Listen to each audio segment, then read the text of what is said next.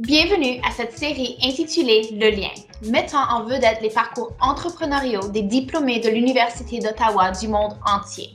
Restez à l'écoute et découvrez comment nos invités provenant de nombreux horizons ont donné vie à leurs idées et à leurs passions.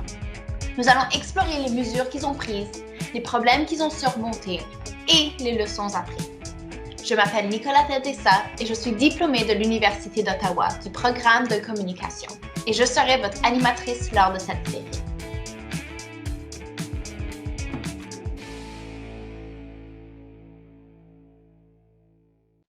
Paul Vallée est le fondateur et le PDG de Tahema. Il est un entrepreneur en série qui a passé sa carrière à l'avant-garde des technologies de pointe qui permet l'échange de travail sur l'Internet. Lorsqu'il a fondé Pythian en 1997, Paul a imaginé un avenir permettant à chacun de travailler de n'importe où. Il a entrepris d'appliquer et inventer une technologie qui pourrait connecter en toute sécurité la main-d'œuvre mondiale au système informatique des entreprises. Nous voici en 2020 avec une assez grande partie de la population qui travaille de la maison grâce à des technologies comme celles créées par Paul. Bonjour Paul. Oui, bonjour Nicolas. Merci d'être ici parmi nous. Ça me fait plaisir. Parle-nous un peu de vous et de votre plus récente compagnie. Bon, mais moi, je suis, comme vous avez dit, je suis entrepreneur en technologie. J'ai toujours été vraiment passionné par le potentiel que l'Internet présentait pour permettre à nous, comme contributeurs, de vraiment s'émanciper de notre géographie. Alors, moi, dans mes années formatives, j'ai déménagé de Ottawa à Minneapolis, aux États-Unis, pour pouvoir permettre ma carrière de se développer. Et j'ai toujours trouvé cette aventure, oui, épanouissante, mais aussi très difficile. Et quand je suis revenu à Ottawa, je voulais continuer à travailler sur un plan un peu plus mondial, un peu plus ambitieux qu'être juste ici dans ma petite ville. Et puis, et j'étais aussi raisonnablement techniquement intéressé à l'Internet. Et puis, je voyais que c'était l'ère des premiers dot-com. Alors, les premiers dot-com, genre, Pythian a été fondé le même mois que Google. Vous donner une idée de l'ère en question. Et puis, alors, on a eu l'idée que peut-être qu'on pourrait habiter à Ottawa et puis desservir des clients n'importe où avec le pouvoir de l'Internet. Et c'était vraiment tôt dans la progression de cette sorte d'idée qu'on a eu cette idée-là. Alors, éventuellement, Pythian s'est développé à être une compagnie qui embauchait la vaste majorité de notre talent aussi chez soi. Alors, à la fin de mon engagement avec Pythian l'année dernière, on avait des employés dans 36 pays, dans plus de 140 villes. Et puis, c'était pas comme si on était une grande équipe, on était seulement environ 500 personnes. Mais de ces 500-là, plus que la moitié travaillaient de chez eux. Alors, dans un moment pré-pandémie, avoir la majorité de votre équipe qui travaille chez eux, de chez soi, c'était un problème que la majorité des entreprises n'entamaient pas. Alors, nous, on a eu besoin d'innover pour permettre ça. La technologie qu'on a inventée à Pythian pour nous permettre de consommer la productivité de cette équipe, mais aussi de livrer leur effort dans les centres de données de notre clientèle qui incluait parmi les plus grandes boutiques en commerce, en médias et en technologie. Afin de nous permettre de faire ça, on a inventé la technologie Tahema qui nous permet de essentiellement consommer la productivité de notre équipe via l'Internet. C'est fantastique. Puis j'ai remarqué aussi que dans les premières phases de la crise de la COVID-19, vous avez publiquement plaidé pour une meilleure préparation à la pandémie pour les entreprises, vraiment en accordant une attention particulière aux stratégies relatives au travail à domicile. Je suis curieuse de savoir quel a été l'impact de la COVID-19 sur votre compagnie. Est-ce qu'elle a été positive, négative et comment avez-vous adapté? J'ai reconnu très rapidement que la majorité des entreprises ne font pas cette sorte d'effort pour valider et s'assurer que leur équipe peut donner peut au moins soutenir le rendement nécessaire de l'entreprise et, si nécessaire, aussi continuer à prosécuter l'opportunité de l'entreprise malgré le fait qu'on n'a plus accès à nos locaux. Et puis, oui, j'ai fait un appel pour que tout le monde puisse se préparer. Je ne pense pas que c'était je pense pas que l'appel, on a vraiment réagi au niveau où il faudrait pour éviter les grandes séquelles parce qu'on sait que même encore aujourd'hui, le gouvernement fédéral a des difficultés à s'assurer que toute leur équipe est productive travaillant de la maison.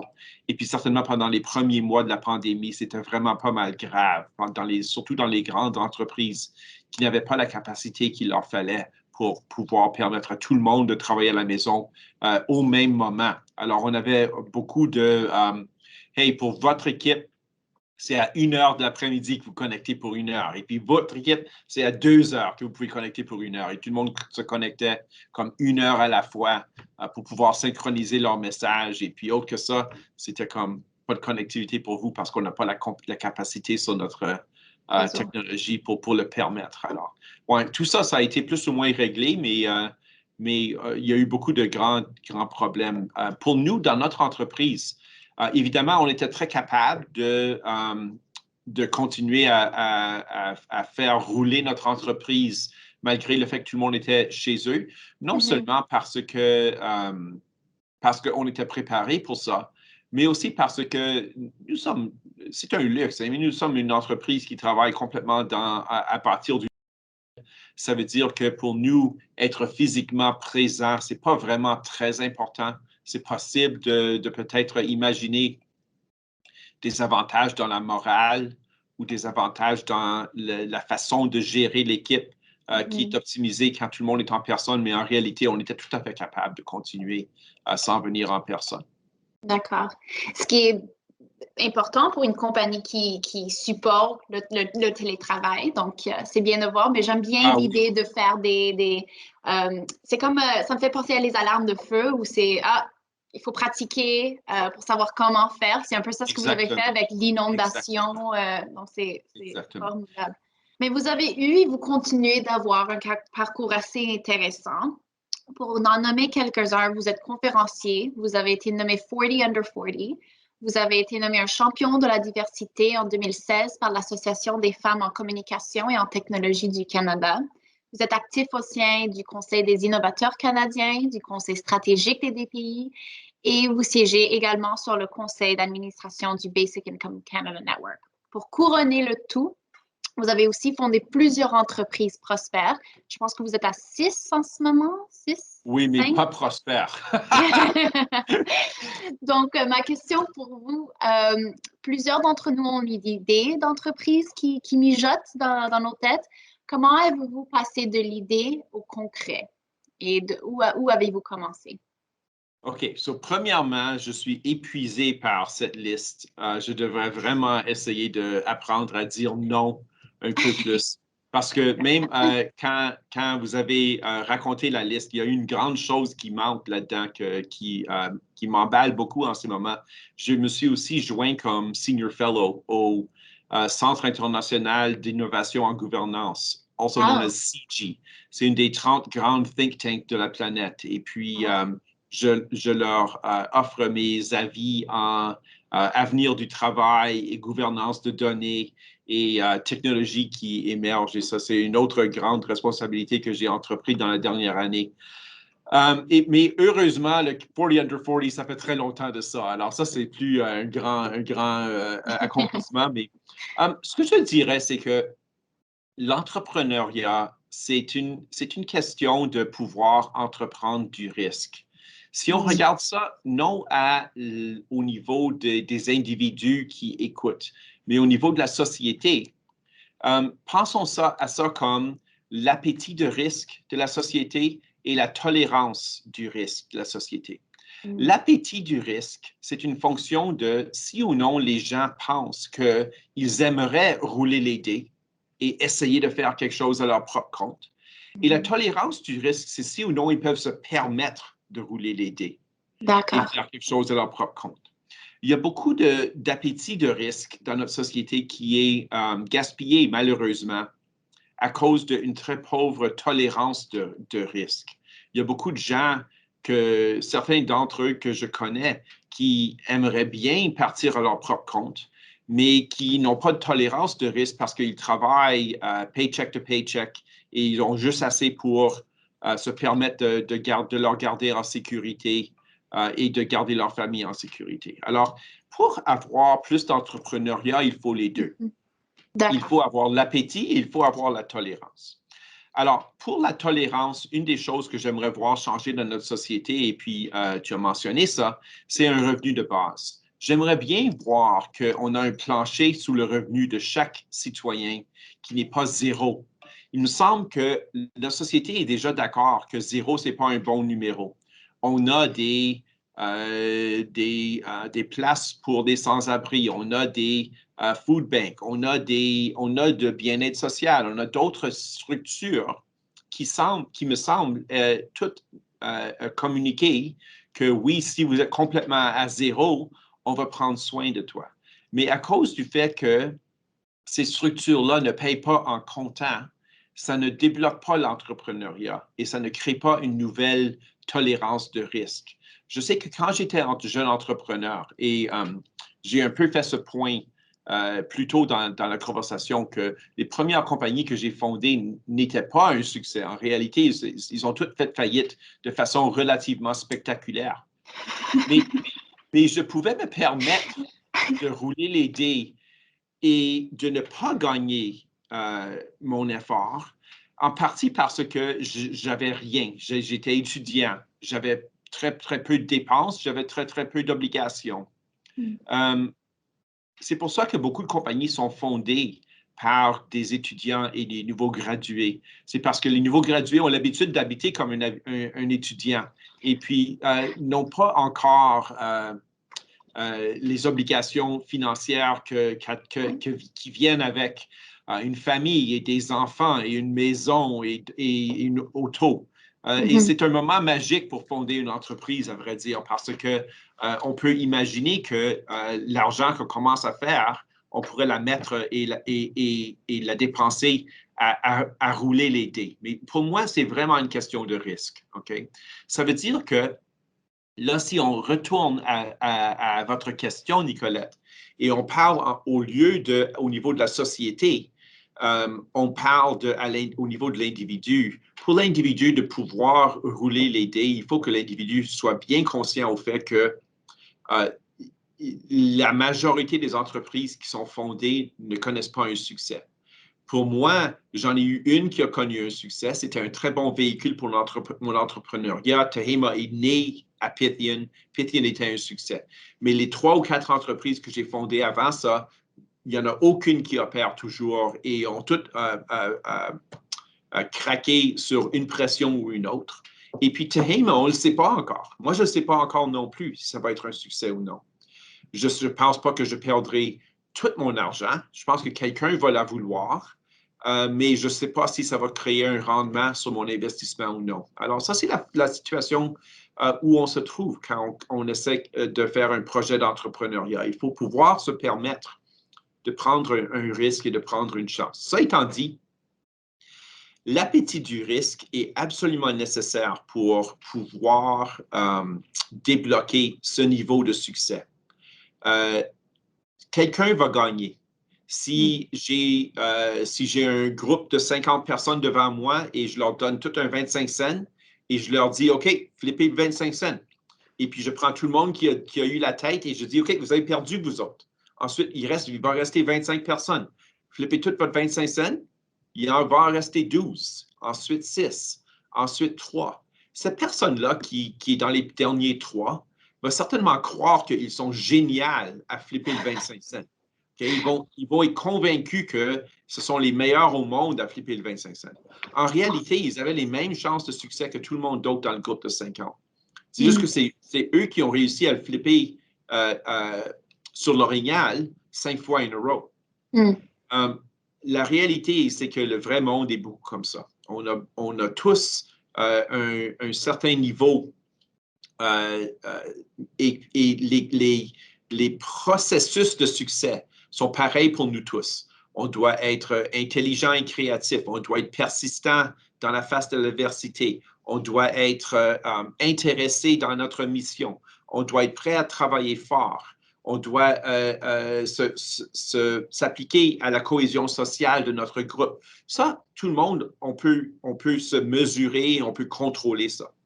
Mais c'est seulement quand on a tout ça et on prend un risque qu'on peut vraiment créer quelque chose de nouveau. Et puis le risque, il faut être très conscient du fait que le risque, on peut perdre aussi. Alors, on peut gagner et on peut perdre. Mais c'est seulement ceux qui ont flippé le 25 cents qui ont la chance d'être dans le groupe qui ont réussi 5 fois in a row. Alors, pour moi, ça, c'est une question d'appétit de risque et tolérance de risque. Et puis, augmenter ça au niveau de la société, je pense qu'un revenu de base serait utile. Fantastique. Vous êtes diplômé de l'Université d'Ottawa. Je suis curieuse d'en savoir un peu plus sur votre séjour sur le campus. Quel cours offert à l'Université d'Ottawa a eu le plus grand effet sur vous et pourquoi? J'étais très chanceux parce que j'étais très jeune en rentrant à l'université à cause des accidents et aussi à cause du fait que j'étais vraiment mécontent à l'école secondaire. Je suis rentré à l'université pas mal jeune. Et puis, j'ai eu la bonne chance d'étudier avec le professeur David Wright. Et je pense qu'il est à la retraite maintenant, mais il m'a enseigné en statistique. Et puis, il savait, on avait jasé assez parce qu'il savait que j'étais vraiment intéressé en base de données. Et puis, il m'a permis en 4e année d'être le teacher's assistant pour 2 de ses cours au niveau de la maîtrise. Et puis, c'était pour moi un énorme vote de confiance. C'était un énorme... Et aussi, ça paraît très bien sur un résumé ici. On finit son baccalauréat et puis on a déjà enseigné à des élèves au niveau de la maîtrise dans le domaine où on s'intéressait. Alors, ça, c'était probablement mon expérience à l'université qui vient immédiatement à l'idée. À l'esprit, Oui, quand je pense à c'est quoi ces expériences formatives. J'étais pas un très bon étudiant. Ah oui? Non, j'étais en probation académique pendant 2 années de mes 5 que j'étais à l'université. J'étais en co-op MIS et puis c'était un programme qui avait besoin de 4 ans, 2 semestres pour le finir à cause du fait qu'on était à l'école seulement chaque 4 mois en alternance. Ça prenait un peu plus longtemps. Et puis, pour rester dans le programme, il fallait avoir au moins un 7. Et puis, je sais qu'on parle de lauréat de l'université, alors ils ont un système de gradage entre 0 et 10. Et puis, 7, c'était un B. Okay. Il fallait avoir au moins un 7. Et puis, je n'avais pas un 7 en général, moi, dans mes classes. J'étais vraiment intéressé dans mes propres choses qui n'étaient pas reliées à l'université. Et j'utilisais l'université et mes pairs à l'université comme co-entrepreneur et cofondateur. Et j'allais à mes professeurs pendant leurs heures de bureau et je ne parlais même pas de la classe. Je parlais de mon professeur de marketing. J'allais à ses heures de bureau longtemps après que j'étais même plus son étudiant pour pouvoir lui parler de mon startup du jour pour utiliser ses services gratuits. Alors, j'ai vraiment utilisé l'école, la faculté d'administration, l'école Telfer maintenant, comme un contexte pour mon entrepreneuriat et pour apprendre ça. Et ce n'était pas vraiment dans les programmes de mes classes. Alors, je ne me concentrais pas seulement sur les classes et mes résultats n'étaient pas vraiment extrêmement bons. Mais je suis très heureux. De faire tes compagnies. Non, je suis très heureux avec mon éducation que j'ai reçue. Je trouve que j'ai appris beaucoup et j'ai fait beaucoup de liens très intéressants.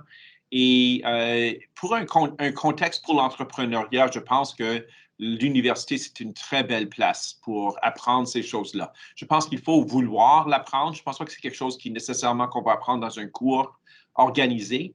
Mais si j'avais besoin de trouver des cofondateurs pour une nouvelle entreprise, je pense que je prendrais un cours en sciences informatiques en 2e ou 3e année à l'université. C'est là où on va les rencontrer. C'est fantastique, puis c'est un bon chemin vers ma prochaine question qui porte sur le réseautage. On parle beaucoup que le réseautage est un élément essentiel à l'entrepreneuriat, non seulement pour partager ses idées, mais aussi pour recruter des nouveaux membres, comme tu as dit, ou rechercher des partenaires. Euh, on dit qu'aujourd'hui, plus que jamais, il est plus facile de réseauter. Je voulais voir, c'est quoi ton opinion là-dessus, puis comment comment fais-tu le réseautage ou est-ce que tu en fais en ce moment? Oui, je pense que c'est intéressant parce que est-ce que c'est plus facile ou est-ce que c'est plus difficile? Ça a certainement tout changé. Je dirais que le monde s'est certainement aplati à cause de la COVID-19. Certainement, les conférences où les grandes têtes veulent participer sont maintenant gratuites ou beaucoup moins chères que jamais avant. Je dirais que ces conférences, des technologies de réseautage que je dirais sont très intéressantes et qui facilitent le réseautage, surtout pour les introvertis. Je vous donne un exemple. J'étais à une conférence où il y avait une demi-heure de réseautage à la fois, et puis c'était garanti qu'on rencontre 10 différentes personnes parce qu'on entre dans la salle de réseautage et on se trouve immédiatement avec quelqu'un exactement comme ceci. Et il y a une petite horloge dans le coin qui décompte de 3 minutes. À la fin de 3 minutes, il faut qu'on ait déjà dit au revoir. Il faut qu'on ait déjà euh, échangé nos LinkedIn parce que ça changeait immédiatement à une autre personne devant nous. Wow. Et puis, on avait aussi un bouton qui nous permettait de dire, OK, je t'ai vu et je ne veux plus te parler, alors bye bye. Et puis, immédiatement encore, une autre personne devant nous. Alors, pour les introvertis qui ont tendance à des conférences de prendre leur verre de vin et se cacher dans le coin, ou même ceux qui prennent leur verre de vin et jasent avec les 2 ou 3 personnes avec qui ils sont venus. Et j'ai fait ça. Je sais que c'est pas toujours que je suis prêt à parler avec quelqu'un de nouveau et de vraiment me présenter. Ouais. Mais cette conférence-là, j'ai parlé à 10 personnes et c'est rare que je parle à 10 personnes dans une demi-heure, même jamais Ouais. dans une conférence. Alors, les technologies peuvent aplatir et améliorer nos chances de réseautage. Mais je pense aussi que c'est aussi plus dur parce que ces situations-là, il faut les chercher. Ils ne viennent pas à nous. Et puis, pas tout le monde a adopté les mêmes technologies qui rendent que c'est plus facile. Dans certains contextes, c'est plus difficile aussi. Ouais. Mais je pense que ça va s'améliorer rapidement. Et puis, je pense que le réseautage, vraiment,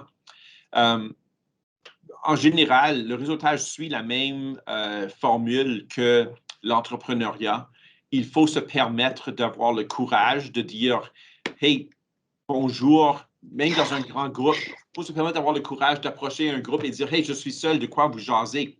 Ouais. Et puis, sans exception, quand j'approche un groupe avec une conversation animée et je dis, hey, je suis seul, de quoi vous jasez? Sans exception, on m'a accueilli dans le groupe. On m'a dit de quoi on jase et on m'a inclus dans la conversation. Mais Ouais. la réalité, c'est que c'est très dur de prendre le risque de C'est s'approcher ça. à un groupe d'étrangers et de se présenter. J'aimerais savoir si vous pouvez partager un obstacle ou un problème inattendu que vous avez rencontré et comment vous l'avez surmonté. Bien, je pense que les obstacles de cette description sont complètement routines parce que c'est une marque de l'ambition de frôler la faillite. Si nous ne sommes pas ambitieux, on peut faire des choses faciles à la journée longue et ne jamais frôler la faillite. Mais si on est ambitieux, on est toujours en train d'en prendre un peu plus. Et puis, on continue à en prendre un peu plus ou à établir des buts plus ambitieux jusqu'à temps qu'on frôle la faillite. Alors, même frôler la faillite et entreprendre des buts ambitieux assez pour qu'on ne sait pas, on n'est pas complètement certain si ça va être possible. C'est très important parce que ça nous enseigne aussi comment attaquer notre faillite, comment répondre au risque de ne pas réussir avec courage, avec persistance, avec aplomb, sans nous permettre de sacrifier notre confiance en soi. Et puis, je dirais que ce n'est pas une bonne idée de devenir trop confortable dans notre succès. Que ceux qui sont devenus confortables dans leur succès manquent d'ambition. Et puis que la réalité est que vraiment avoir notre impact maximum dans notre vie, ça veut dire frôler avec la faillite en tout temps.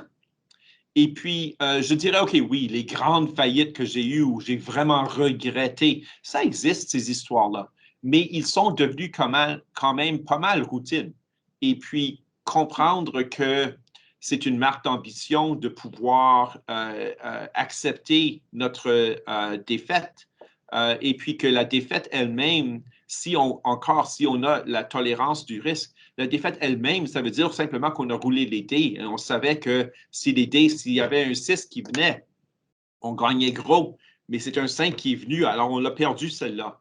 Ça, c'est une marque d'ambition. Il faut toujours être prêt pour frôler cette défaite parce que, en réalité, établir un but où on est confiant qu'on va toujours le réussir, ça, c'est pas ambitieux. Ça, c'est routine. On a une dernière question pour vous avant de faire nos questions rapides. La dernière question est, quels conseils partagerez-vous à nos étudiants et étudiantes? Ah, bien. Je dirais que là, on parle des étudiants au niveau de baccalauréat dans l'école Telfer. C'est ça notre... Pas nécessairement. On veut encourager à tous les étudiants, n'importe quelle faculté ou discipline qui sont en train d'étudier. On veut vraiment les encourager à pratiquer leur esprit entrepreneurial. Je dirais que la réussite, c'est quelque chose qu'on apprend à faire comme tout le reste. Alors, prendre une chance et ne pas réussir, c'est une opportunité d'apprentissage comme tout le reste. Edison a fameusement dit qu'il n'avait pas failli à créer the light bulb, Oui. qu'il avait seulement trouvé 10 000 façons que ça ne marcherait pas. Et découvrir des façons qui ne marchent pas, c'est aussi dans notre apprentissage. Et puis, alors, j'encouragerais tout le monde à essayer quelque chose. Juste réfléchir un peu sur qu'est-ce qui serait peut-être possible et de prendre des chances et de faire ça devenir un peu plus routine, de prendre des chances. Pas chaque chance qu'on prend est un grand entrepreneuriat avec un grand business plan, avec une grande entreprise, avec des cofondateurs. Prendre une chance sur soi, ça peut être quelque chose de beaucoup plus petit que ça et beaucoup plus routine que ça. Mais quand ça devient routine, ça devient aussi une opportunité d'apprentissage. Comme jouer au tennis, si on joue au tennis tous les jours, on va s'améliorer. Prendre des chances sur soi-même, c'est aussi une façon qu'on peut apprendre. Et puis, comme je ne sais pas si vous avez joué au tennis, mais c'est très dur de jouer au tennis la première fois. La balle est toujours de l'autre bord de la clôture. Mais on s'améliore en essayant. Et je dirais que essayer, c'est vraiment ça qui débloque le progrès. Bon, là, on a un moment un peu plus ludique de notre présentation. C'est des questions très rapides.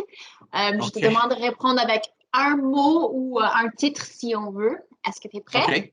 Oui, sure. Est-ce que tu préfères sucré ou salé? Salé, toujours. Trop chaud ou trop froid?